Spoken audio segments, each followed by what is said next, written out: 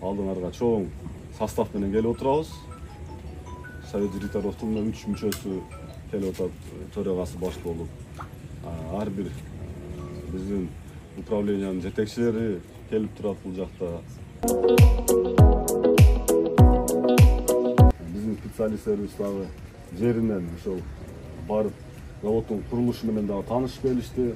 Биздин Жалал-Абадта площадканы даярдоо ошол нелерге модульный болуп келет биздин завод, установка.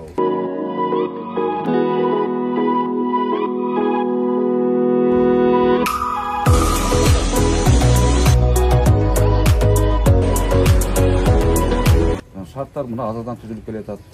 Направлениянын чечимдерибиз карап туруп, айлык өтөбүз деп колдоп берип атабыз. Эми жаман эмес. Биздин коом жылдан жылга өнүгүп келе жатат.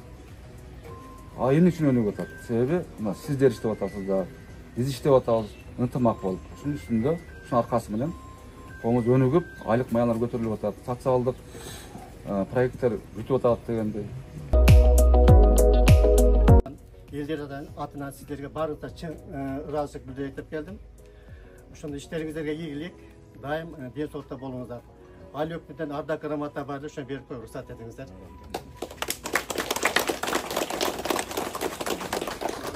Сизге.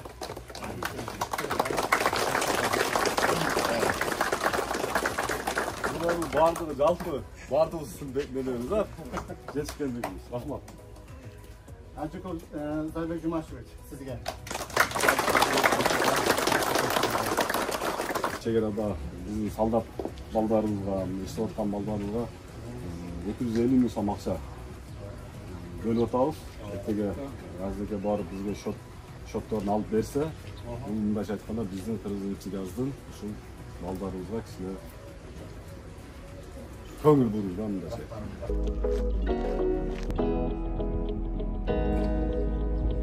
Кыргыз-Нефтегаз Кайрагаз участкасында акыркы мезгилде бизден ошо нефть өндүрүү участкасында, нефть өндүрүүчү участкасында автовес курдук. 1000 кубалык резервуарларды курдук. Балдарга коллективге стоянка курдук. Жаңы котелдорду жаңы ремонт кылдык. Анан РВС, эски РВСтердин астындагы дынолорун астыларын сварка кылып жаңыладык. Жакшы иш кетип атат. Айыга 800 тоннадан нефть өндүрүп, промысловый нефть алып келип берде тазалатып, суудан ажыратып, Кошор Атага жөнөтүп атабыз.